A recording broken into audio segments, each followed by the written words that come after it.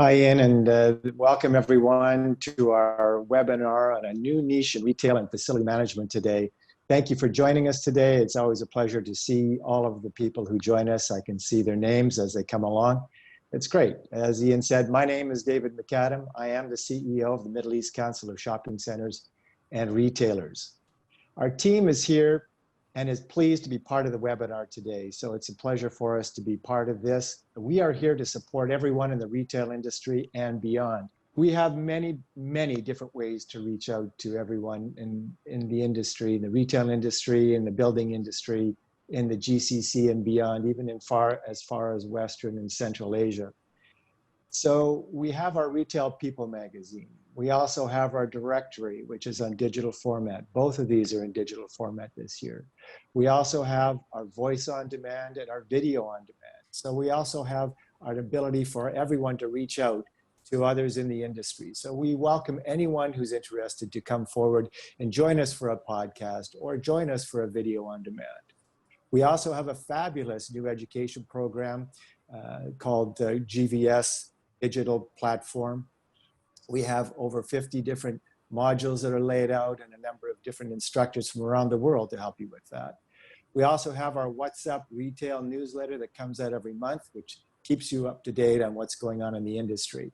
And lastly but not least, we have hosted a number of great webinars over the past several months, and we continue to do that in the future. So first of all, we thank you to do that, to join us. As you may know, the Middle East Council of Shopping Centers and Retailers have been offering free one-year membership to our organization for those who have lost their jobs in the past months. We know this is a difficult time, and we want to reach out to you to help you. So just send an email to membership@mecsc.org to qualify for your one-year free membership with us. We offer our job placement service an year into the market in the GCC and beyond.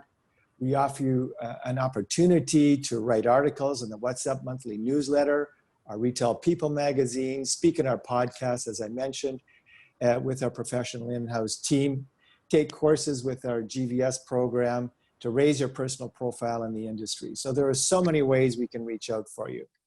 We have a great lineup of industry professionals with us today on this webinar. Thank you for joining us on this. Our moderator today and the editor of the Clean Middle East magazine and webinar presenter, Shanti Petiwala, over to you now as our moderator for the day. And thank you very much again for joining us. Thank you so much. Thanks a lot, David, for your wonderful welcome address. Good evening, everyone, and thank you so much for joining us today. I am Shanti Petiwala, the editor of Clean Middle East magazine, a 13-year-old publication focusing on commercial cleaning and hygiene in the Middle East region. Before we proceed with today's webinar, let me introduce you to our panel of experts. We have with us Andrea Deutschbein, the Director FM Soft Services at EMAAR Facilities Management and EMAAR Malls. Andrea is an accomplished soft services FM specialist with more than 22 years of broad and diversified corporate FM strategic planning and implementing technical and operational experience in facilities management. She's a specialist in managing major soft FM operations in various locations such as Germany, Qatar, and the UAE.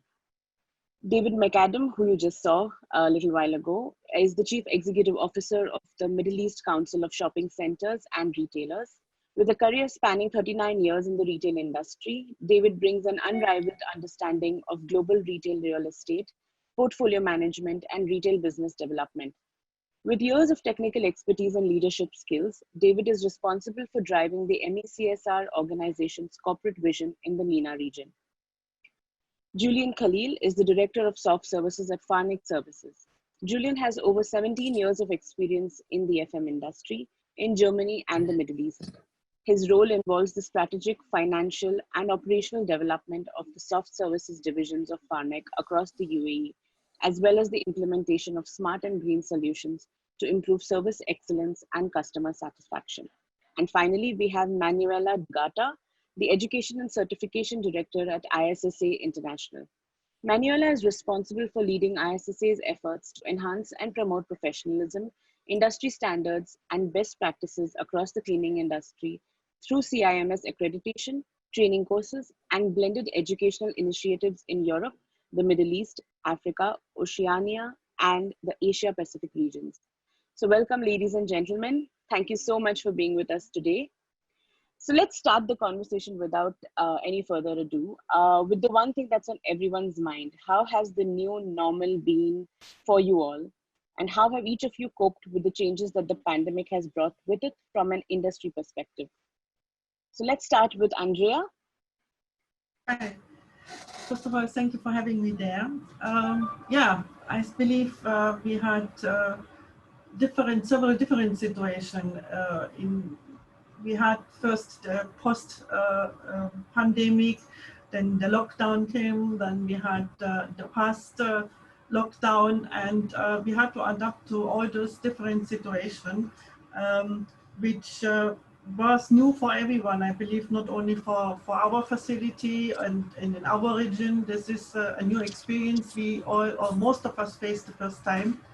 And we had to act very flexible, very fast, but also needed to know, okay, what is actually the requirements where we have to look into what has to be on place. And on top of this, the difficulties of the lockdown came where supplies been short, because it has happened everywhere throughout the globe and not just in one country or in one city or in one facility. We all face the same issue, and everyone had the same requirement at the same time. So it has several different situations. In one time is how you maintain your facility in the same way,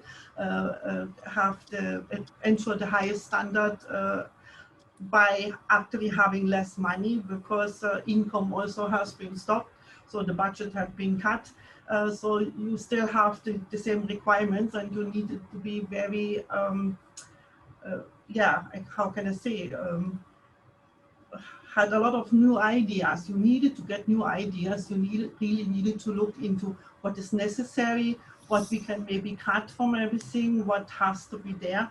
And it was quite a challenge, but I also think it was an open door for new thinking, for a new for restructuring the entire operation. And we really saw it as an opportunity, not as a threat. And this has helped us actually a lot. One big part of this is also the realization that you cannot maintain a facility, any kind of facility, if you do not work together with all the stakeholders. So it is not just maintenance or FM alone. You have occupancies in the building, no matter which kind of building, whether it is a shopping mall, it's an office, it's a residential building, it is a school. There are occupants inside, and you are not just a facility manager anymore. You need to work with them together, because you need to explain what is happening, what are your actions, what is the reaction out of it. So you have a cost cutting, you still have a requirement. You need to explain, this is what I need to do to ensure the standard is there, but I can do it only with this amount. So there is an action, or there is something happening behind, something cannot be done anymore. You need to explain to avoid the question which will come. So if you just start, okay, I don't have the money more, I stop cleaning here, I don't supply this anymore, I will not shampooing, I will not disinfect, or whatever it is, and you have not informed your stakeholders, everyone will raise question mark and your complaints start, and actually it's not your fault because you don't get the money. So you need to explain, okay, I can help you, I can save you this money, I can cut the cost, but this is the consequences of this. Are you agree with this? At the same time, when it comes to shopping malls, for example, what we always see, we are maintaining the common area, full stop. But the tenants is not part of the common area. And they need to comply to our standards too. So how do they get the knowledge? How do they know what they have to do? What are the requirements? So it's our job as a facility manager to ensure they are educated, go to the tenants. And it was actually the first time that we had this connection as partner, not as you know, I am the developer, you are my tenant, and it's not just about a service fee. It's really about working together, train, educate, getting the standard, help, offer services in a different way with lower rate, working with our service provider together. During the lockdown, for example, we had the situation if our service provider is gone now because we have a lockdown. What's happened after the lockdown?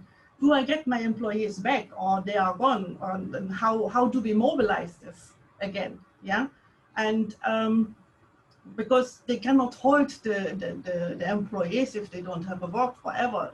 It's obvious.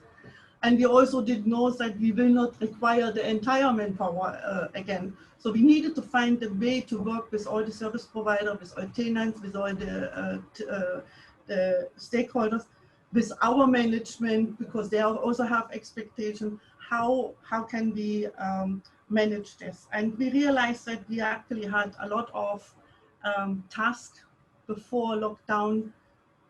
It was nice to do, but it wasn't really necessary. So we stopped this. We also changed timing. We changed maintenance timing. We don't have a night shift anymore, for example, which has helped us a lot, getting the manpower there when we need them, but and still have a requirement. We had meetings with supplier, have the locked prices, have locked, you know, the supplies we needed, that we're getting it on time and when we need, but you cannot fill the entire storeroom with the supplies for months because you don't have the space. So you need to have agreement with supplier how we can manage this. Correct. Can we move on to David, please? David, can you tell us a little about how the new normal has been for you as well? Sure, thank you. Thank you. Our team at the Middle East Council of Shopping Centers and Retailers had to pivot quickly from where we were. We immediately moved to home, work from home as we did. But what happened is that many of our, we had over 1,000 members and we have 875 shopping centers, and many of our members were reaching out to us asking us, well, what do we do? What do you suggest? Where are we at? What does the future look like? So we were hard pressed to really determine what to do. We hosted some webinars quickly with Sweden and people from Sweden and Moscow and Los Angeles and other places to figure out really what we should be doing. So it was an interesting time for us, and we were helpful to, I think, a lot of our members to help them to understand the magnitude of the issue and what's going on. But let me start with something else. For those who don't know, facility management is a profession that encompasses multiple disciplines to ensure functionality, comfort, safety, efficiency of operating built-up environments, so buildings or shopping centers. But they do this, the facility management do this by integrating people, places, processes, and technology. And it's all about health and well-being. So what's interesting is facilities management was in the past something that was more back of house, but facilities management has risen in importance quickly with the arrival of the pandemic to be at the forefront of our business in shopping centers and retail. Facility managers have come from the back of the house to the highly visible leading edge of the customer experience. And this is the first time. So what's happened is we've found that there are 5 or 6 new leading trends that I think are going to be interesting for you to understand. The first leading trend for facilities management now is a greater emphasis on employee and customer health and wellness. This wasn't necessarily at the forefront before.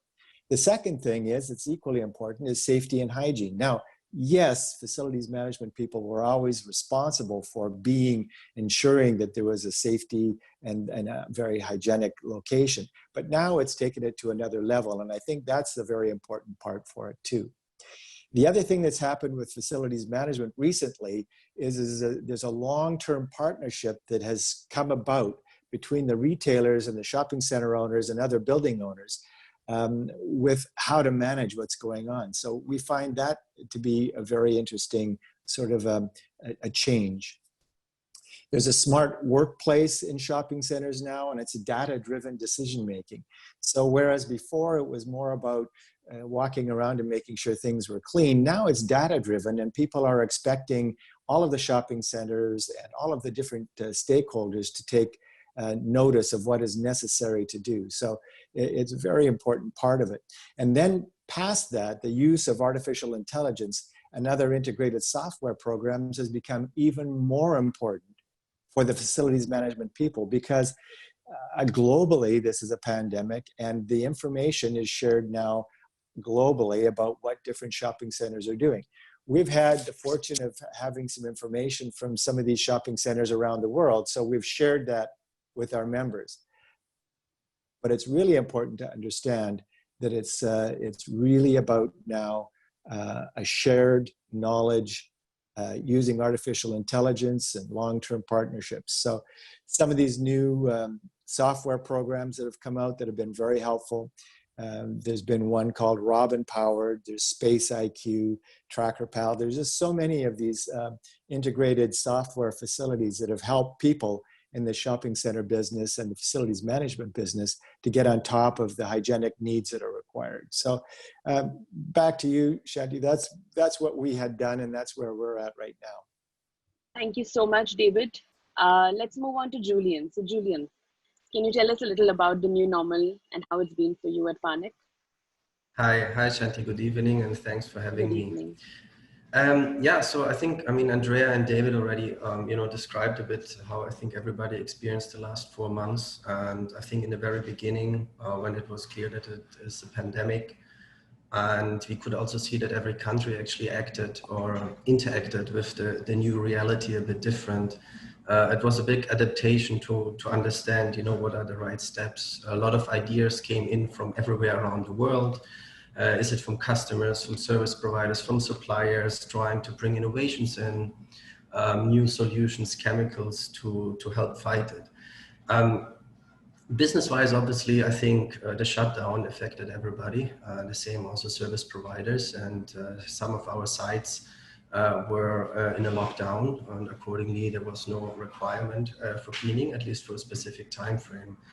I think as a service provider, the biggest effect which happened to us is that before the pandemic, there used to be an output specific contract.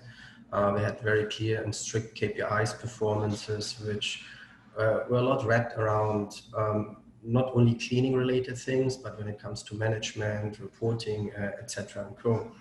And now going through the pandemic and with the reopening of the facilities, a lot of clients are much more involved in looking what is actually necessary. I think cleaning somehow rationalized a bit, trying to remove, obviously also with budget constraints and pressure from the commercial side, unnecessary steps, unnecessary tasks, and looking at a more confident cleaning, focusing on the hygiene aspects. The funny part is actually, as a cleaning company, as a cleaning professional, this is what we used to do even before the pandemic. If you think whatever protocols, SOPs, materials, chemicals were part of the cleaning process, all of them were part in, for example, avoiding cross-contamination, disinfecting, reducing the bacterial or viral loads, and we're not necessarily focused only on representation of a facility. And I think for us, the biggest part is that this has become more the focus during the pandemic. People are suddenly interested, what color microfiber is used in the office. We had a lot of discussion about disinfectants, and more people are involved in the discussion trying to understand terminologies like contact time of a disinfectant. And I think with that, in the long term, I believe that cleaning plays a much bigger role. Yeah, I think it became clear that not only the pharmaceuticals are so a part of, prolonging life and defending us against pandemics, but cleaning plays a major role even before that. And I think this control and this focus will further determine that to actually strengthen the cleaning industry. Nevertheless, I think to recover from that, it will take quite a bit time. And until now, we also believe that we don't know what's happening in the next 3 to 6 months. There are talks about a second wave, etc. And hence, I think long-term planning at the moment is a bit difficult, business-wise as well. So it is much more important to look now really at a framework which we as a service provider can comply with. And this is something which we found actually also through ISSA, and it's GBAC accreditation, where we were looking at our processes and what we do on client side, and looking that we are confidently can comply with an international standard, which we following. And it's really trying to avoid unnecessary irrational process steps, which we have seen. And resource waste, for example, applying disinfectant everywhere and too much, which in the end does not help the purpose to keep a hygiene and clean environment. Back to you, Shanti. Thank you so much, Julian. And finally, we have Manuela. Manuela, tell us a little about the new normal for you. Thank you all for your presentations and introduction. Well, I really believe that difficult times do not build a character, but reveal it. And I'm really proud as we reacted as an association, but also as an industry in managing and responding to the challenges that the crisis has brought to us. As the Worldwide Association for the Cleaning Industry, we really represent the entire value chain. We represent FM, cleaning contractors, distributors, manufacturers, training. So we really felt that we had like a social responsibility to help all the industry as well as the industry and the users. And basically this meant that we had to be really fast in making sure we would bring the right information, solid information to our clients. We saw that society, even cleaning professionals who had a lot of experience, actually reacted a little bit with panic to the crisis. And we really needed to make sure that responsible cleaning, that important information were delivered to the key decision makers as well as the cleaning professionals, and that we had to really promote professional cleaning, responsible cleaning, confidence cleaning, as Julian said. We are seeing, have seen, and we are still seeing strange terminology coming on board, sterilization of offices. So it was really, and it's still really important to ensure that we approach cleaning as a science, and that we bring solid evidence of the information we are sharing. And also, I mean, the crisis has really given the industry a great opportunity to show the importance of what we do. And as I keep saying, we are not cleaning anymore for aesthetics, or we are not only cleaning for aesthetics and appearance, we are cleaning for health. And I think this is the major lesson learned that we as an industry learned because of the crisis, and that this lesson learned needs to stay with us. And the cleaning for health means a series of things. It brings some implications. It means that we really need to make sure that we train our staff. We need to make sure that we as cleaning professionals, but also as the end users, implement quality systems, procedures, protocols that are strong, that are consistent, and that are based on scientific basis. And I'm also I'm proud of ISSA, because actually we made the timely decision last year to acquire the Global Bio Risk Advisory Council, which was mainly created to really deal with pandemics, such as the one we are experiencing now, with absolute effectiveness and absolute integrity. And that has really helped the association to support the industry, and we are glad that the Biorisk Advisory Council is there, because it's really brought a lot of important information that was really, really needed in this panic environment that we had to move. Very interesting, very interesting points have come across through all of your presentations. One of them that really stuck with me was what Julian just said. He spoke about how it's not just the pharmaceutical companies that are the main people responsible for healing people or preventing a pandemic. You also have the cleaners, and this has come to the forefront time and again in the past 5 months. But it goes down to the point where we're talking about the people who are actually doing the cleaning. We can sit and we can talk about protocols and KPIs and all of that, but what about the people who are actually going out there, donning the suits, wearing the right PPE, and trying to keep their fears at bay while actually cleaning the environment? So tell me, all of you, a little about the kind of training protocols that have changed since the pandemic, and what kind of support must we and have we been giving to our frontline cleaners and workers? The floor is open to any of you all who would like to answer this. Yes, Julian. Yes, thanks, Shanti. Thank you. So yeah, maybe to start with, I think in the beginning, everybody was very insecure. Can I go out? Do I get affected? And obviously the same, I think everybody felt around the world. Obviously the frontline staff felt too. So it was, at the time, I think still, obviously the authorities and worldwide, nobody was really clear on how the virus, progresses, how dangerous it is and how infectious, etc.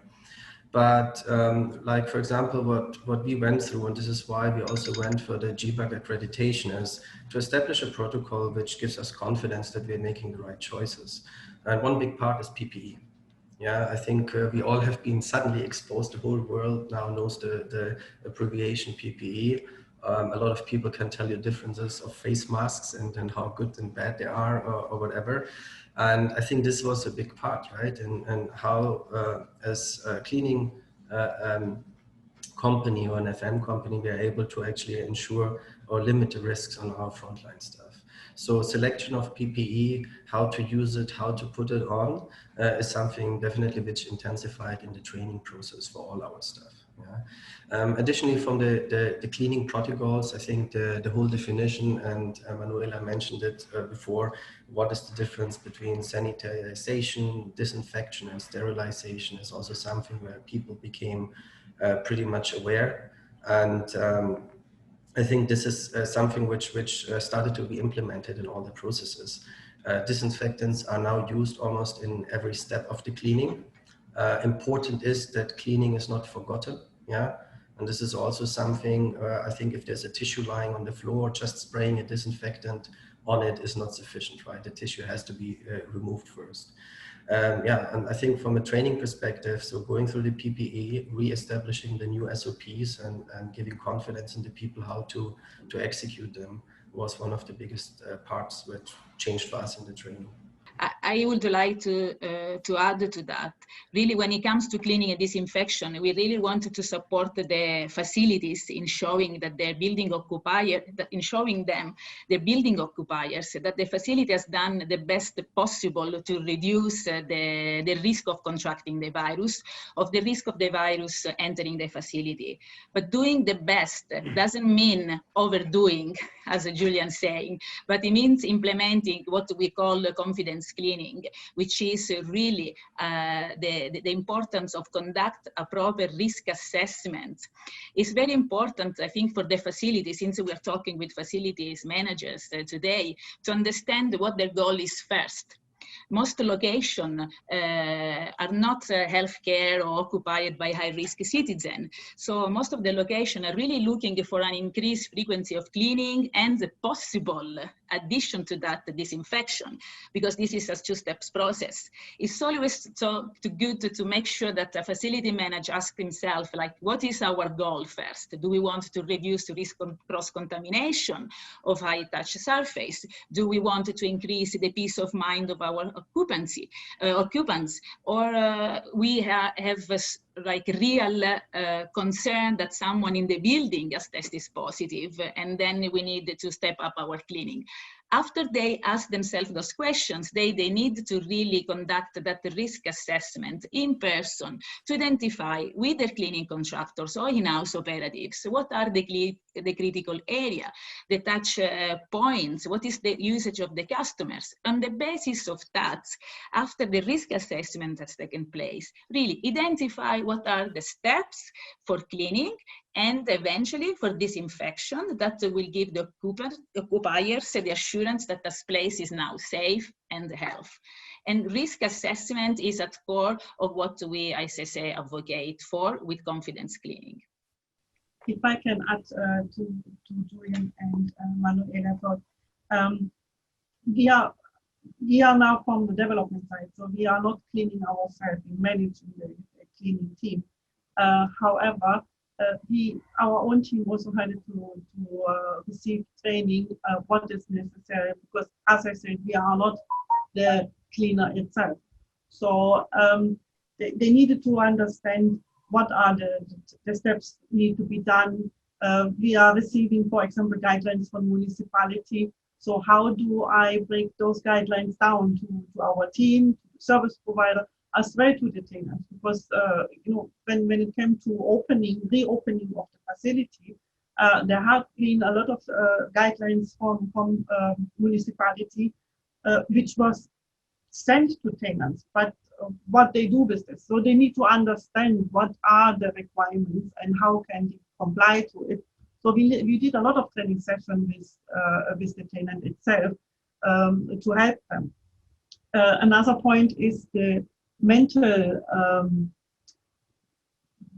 stress, actually, because it's in one side, doer can get infected, or when we had this lockdown, the facility was never 100% not locked down. There are still in every facility, in every building, systems they need to run.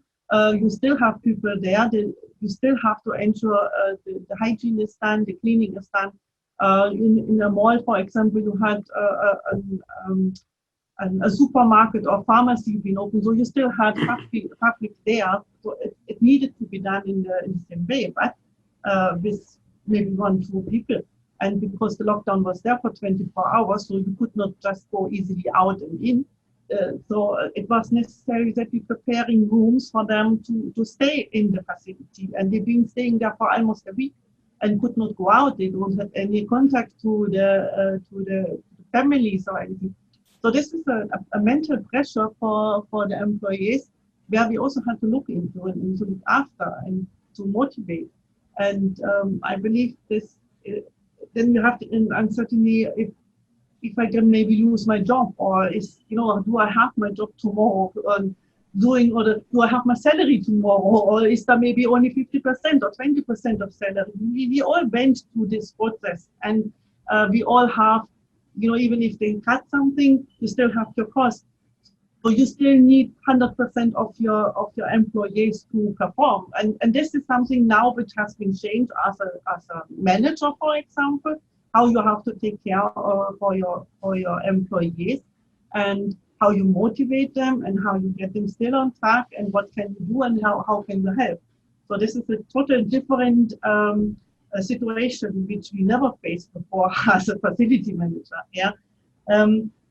And the other side also, you see that we don't know really 100% what is COVID-19. There's every day a new research, every day a new information from WHO or other organizations about COVID-19.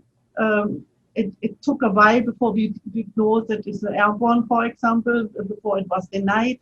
So we have to be flexible and permanent, inform ourselves about the situation and what can we do. And this is something we really have to, it's our responsibility as a facility manager that we are always alert and ahead of all the information and research, but research on the correct channels, because this is another issue that a lot of information came out. They are absolutely wrong and do more damage than good. And I can understand a lot of suppliers, for example, they've been so demanding to get the business, so they are telling you anything else, but this is what the product they want to sell can do without any test, without any proof. And if this comes to someone who is not really trained on the situation and knows what is necessary, cannot identify is it true or not. So you spend a lot of money maybe for unnecessary things, or you do more damage than needed. And this is something this was really a pressure in those times. Completely understand. Tell me a little about training. You spoke about suppliers coming up with these kind of these kind of answers that their product can say, for instance, deal 100%. They completely eradicate viruses and bacteria and all of these things. How important for you? How important is training and certification for you, for both the supplier side as well as the service provider side? As an end user, as a client, how important are these things for you right now, especially? It is important. I mean, if I spend the money, as I said in the beginning, first of all, we don't have the money available just like, that to touch in a big pot and take the money. So the money has to be spent wise, and it has to be spent for the right products. And if I have a hand sanitizer, which is necessary, I can have the fancy product which costs maybe whatever, $4,000, because it has a nice stainless steel body and it's shining and whatever, it has a sensor. But at the end, inside the pouches is a hand sanitizer, which I get in every other manual, normal plastic dispenser too. So you have to make the decision. Is it more the look? Has it to be look fancy, or is it the function? So I have to go for the function. This is where I will decide. In the outside is the certification for a product. The certification should be a certification from a third party and proof, and not from a laboratory environment. A lot of products being tested in the lab, but not in the reality. So there is, because this COVID-19 is so new, nobody has really the research. Is it proven? If a product comes and says, you just put it one time there and it will stay for 6 weeks or 6 months, and you don't need to disinfect anymore. I don't have to prove for this because we don't have COVID so long. Yeah. And this makes it very difficult to decide which product shall I use now. So we go back to the knowing products where we have the, or it's recommended, for example, like organization ISSA, or for DIN norms. So we have to go for this. Okay. Julian, have you experienced this as well? Do you find your end user clients being more demanding for trainings and certification and standards at the service provider level? Yeah, I think it's more about the confidence, right? I think everybody also as our clients, they want to make sure that they're doing the right thing. And I think this insecurity, which I mentioned before, was there, especially in the first couple of months during lockdown and etc. And I think at this stage, as I mentioned, we came into much deeper discussions with our clients about things where it was before more our topic as an service provider, as an expert, which the client would not interfere too much, which chemicals we're using, how exactly is the SOP structured and all that. And yeah, from this definitely certification helps, which is based on scientific approaches. And this is also something I think very much important to mention, that there's a lot of certifications potentially out there already. I'm not so aware, but that it's scientifically based and not just an, kind of a seal which you can put on a facility or, show as a company, but in the end, it's your own developed system and process. Yeah, it has to be somehow backed scientifically and by international standards. Okay. Manuela, can you tell us a little about the certifications that ISSA has, towards the pandemic, specifically for the pandemic right now? Yes, thank you, Shanti. I think really for the audience we have today, and Julian and Andrea already mentioned, the MECSC+R accreditation would really provide that validation, that element of trust and confidence that we were referring to. Especially because, as they say, there is so much confusion or so much an overload of information that actually having your procedure protocols validated by a third party is gonna really prove what you are doing, but also create that element of trust. And the MECSC+R is the cleaning industry only outbreak prevention, response, and recovery accreditation for facilities. These programs really help public and commercial facilities from different kind of size or in different kind of sectors and vertical establish and maintain a cleaning, disinfection, and infection disease prevention programs to minimize the risk associated with infection agents and biohazard.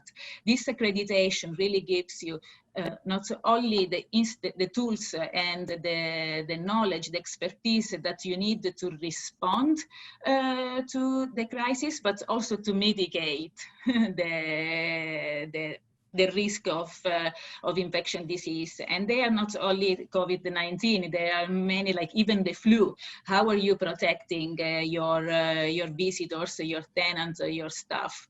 And also going back to the mental health point that Andrea was mentioning, if you can prove and if you can show your staff that you are actually investing in these protocols, in these procedures, and are validated by a third party, then there is another element of confidence that the staff will have, and they will feel more motivated. Because also the MECSC+R accreditation, to achieve it, a facility must demonstrate compliance with the 20 elements of the programs. And going back to training, going back to tools, these 20 principles really range from standard operating procedures, risk assessment strategies, the PPE, the training, the emergency preparedness and response measures that the facility has implemented. And we are also going to launch a certification for a cleaning service company, MECSC+R services, because the MECSC+R is for facilities, but we will also launch the one for the cleaning contractors, where they will have to demonstrate they have the ability to really carry on those outbreak cleaning and the disinfection measures that the client is requiring. David, what kind of requirements have you seen for training and accreditation from your membership? Have there been these kind of requests that have come to you as an association as well? Sure, Shanti, thanks for that question, because that's a big pillar of our success as an organization in the Middle East Council of Shopping Centers and Retailers. We have a great number of students every year who come to our organization looking for information, knowledge, and the support of that information and knowledge from our people who are the leaders in the industry. And so we're able to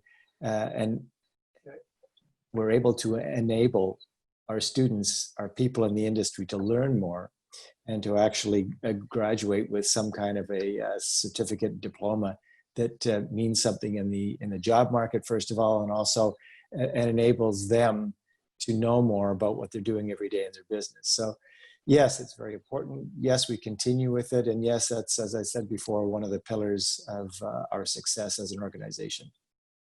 We've had a couple of questions from the audience early on when they registered for the webinar, and they're going to be, I'm kind of combining that with my next question. So we're talking about what are the various cleaning and hygiene tools and products that are recommended to manage outbreak prevention, and what kind of alternate technologies are currently in the market that have been proven effective. So we had a question from Mr. Samuel Koshi asking about, are you implementing any scientific methods and technologies into cleaning, like infrared, robotics, drones, etc.? So I'm just throwing it open, whoever would like to take up the question. I think, like we already mentioned, it's important to go to the basics of good cleaning. But of course, if disinfection is needed, and also to bring the cleaning to the next phase, we really could consider the use of technologies such as, but not limited to, electrostatic sprayers, automations, robotics, like autonomous cleaning, validation meters, microfiber towels, to really trying to increase efficiency and effectiveness of what we are trying to achieve with our cleaning and disinfection efforts. Yeah, I just wanted to actually say in general, I think the movement into more technology to support the operations, provide efficiencies and be more productive was already there before the pandemic. I think we stepped all into this, developing softwares, smart washrooms, other technologies, sensors implemented across facilities to inform us where cleaning is required. Robotics machine manufacturers came out with several autonomous robot scrubbers, and I think the trend was there before. The question for us is obviously now looking from a disinfection point of view. What are the innovations there? Or when I say innovations, it's actually the systems were pretty much there before. And when we're talking about disinfection, we can talk about the physical disinfection or chemical disinfection. And obviously chemical disinfection, everybody applied it. Is it alcohol or any acids or so? On the other hand, physical disinfection like pasteurization or burning something. And looking at technologies and machines which are implemented there, UV light, for example, is an option. But in practical, we have seen, for example, it is difficult, not always in every way to applicable. And I think these commercial solutions to implement it are still in progress. Yeah. To come online, but I think in the long term, like the question, confirmed on AI, machine learning, everybody started with this. We're all running on softwares where we put our plans in. Customer complaints are directly managed and registered, tracked.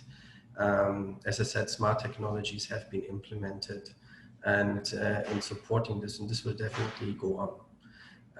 But some of these technologies still have to find its real effectiveness, and obviously commercially need to be more viable.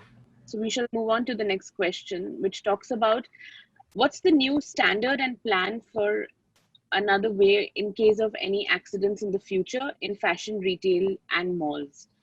This has been asked to us by Mr. Mubarak Al-Inazi from the Arabian Centers Company. Any of you would like to take this up? So basically, in case of any accidents in the future. So I assume that he's talking about in case of any kind of pandemic or any kind of situation like this in the future, what kind of standard and plan or protocol should be in place already? Yeah. So maybe we can refer to the second wave, that everyone's talking about. If I may, can answer this question. Please, please. And what has helped us during this time already was the preparation of a business continuity plan, which has included the pandemic plan and an infection control plan. And this is, I think, it's not just for a second wave or for this COVID-19. We can have a specific in a mall. You can always have any kind of virus, because you have a lot of people are coming through there, tourists, residents, so there can be a norovirus, there can be any kind of, there can be a big fire, there can be, anything can happen. So in every facility, not just in retail and malls, you should have a business continuity plan where you have your risk assessment and for any kind of crisis that can occur, and you should have, as I said, a plan for this. We cannot predict any accident or a pandemic and what will happen. So we can only plan for it and be aware that be prepared. This is the only thing what we can do, because you cannot say, oh, okay, that will be happen another virus or another way. We can assume this is, yeah. We can learn from what is happening this time and can implement what we have learned. This is the most important part, and hope for the best. Thank you so much, Andrea. I just want to ask all the participants, in case you all have any questions, please raise your hands in the chat box. We have just a few minutes to go before we end. So in case you all have any questions, please raise your hands. We have a question from Jose Lucas.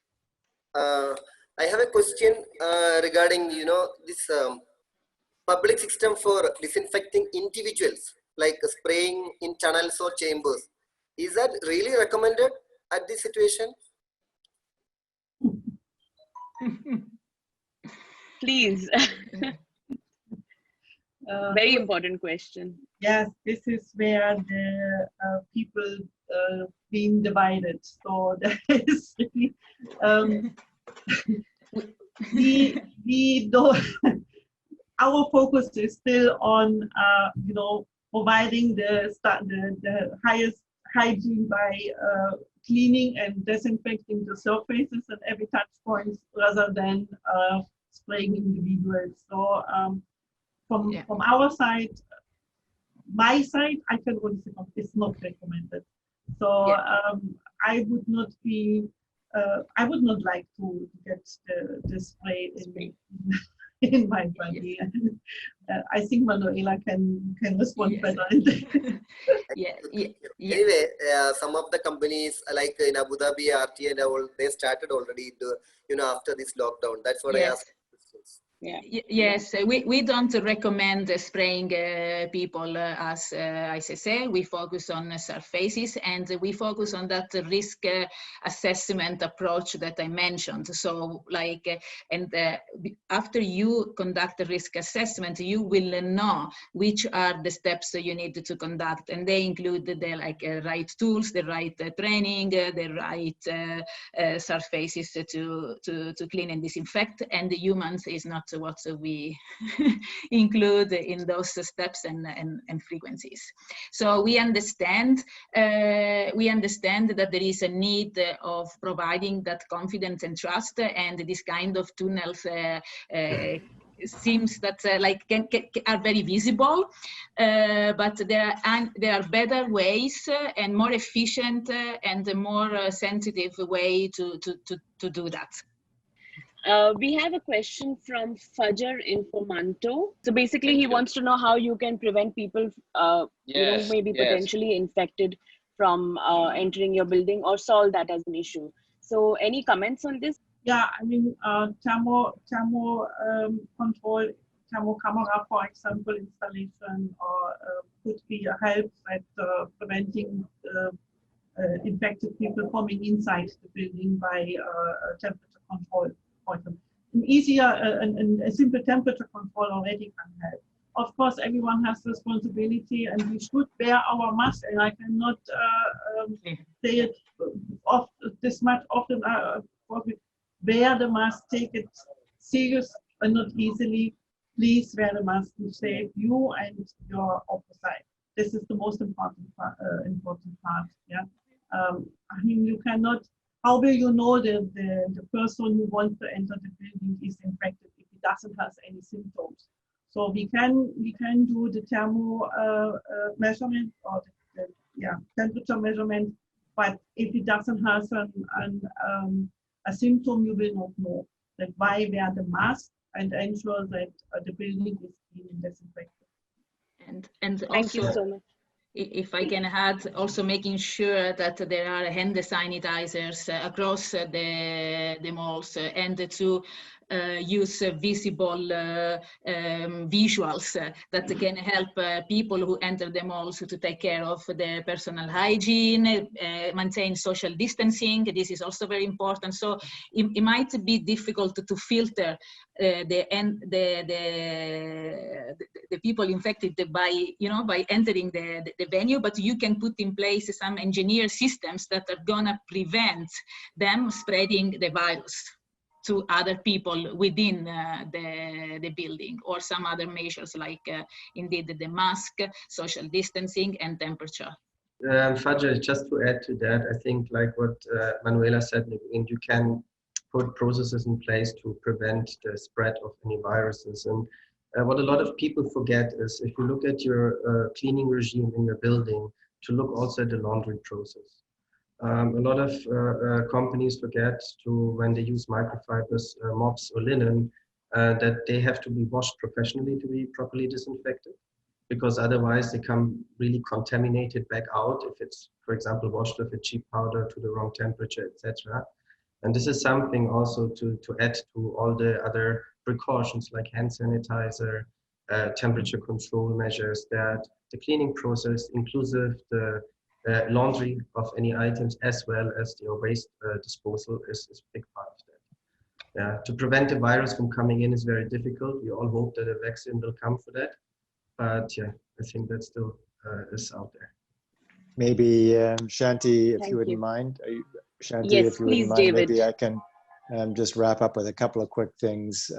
Yes. I think the number one priority for all of the industry and for all of the people in all of the buildings, I think globally, we want to try and bring back our shoppers or our tenants to all the retail environments, or the shopping centers, or the buildings, wherever they are. But to do that, we must ensure the physical health and well-being of the occupants, the customers, the retailers, the employees. It has to become the number one priority. And that is something that never has been the case before. But now I believe that that is the number one priority. And health and wellness are unless people feel safe and secure when they're coming in, I don't believe that they're going to come back, first of all. And I think also that I'm starting to read a little bit more now, and apparently about 80% of the people who were in an office or who were in a shopping center on a regular basis, they now are saying they would like to come back to that way of life. So if we can make health and security and well-being a number one priority, they will come back. So I think that's great. I want to thank you for your time and everybody in the webinar. Thank you, Shanti, and thanks everyone for your interest in joining us today. And we want to thank all the panelists for that. We really appreciate you being here and sharing your knowledge with everyone. So from me, that's it, but thank you very much. And we look forward to being together again as soon as we can. Thank you. Thank you, everybody. Thank you very much. Thank you.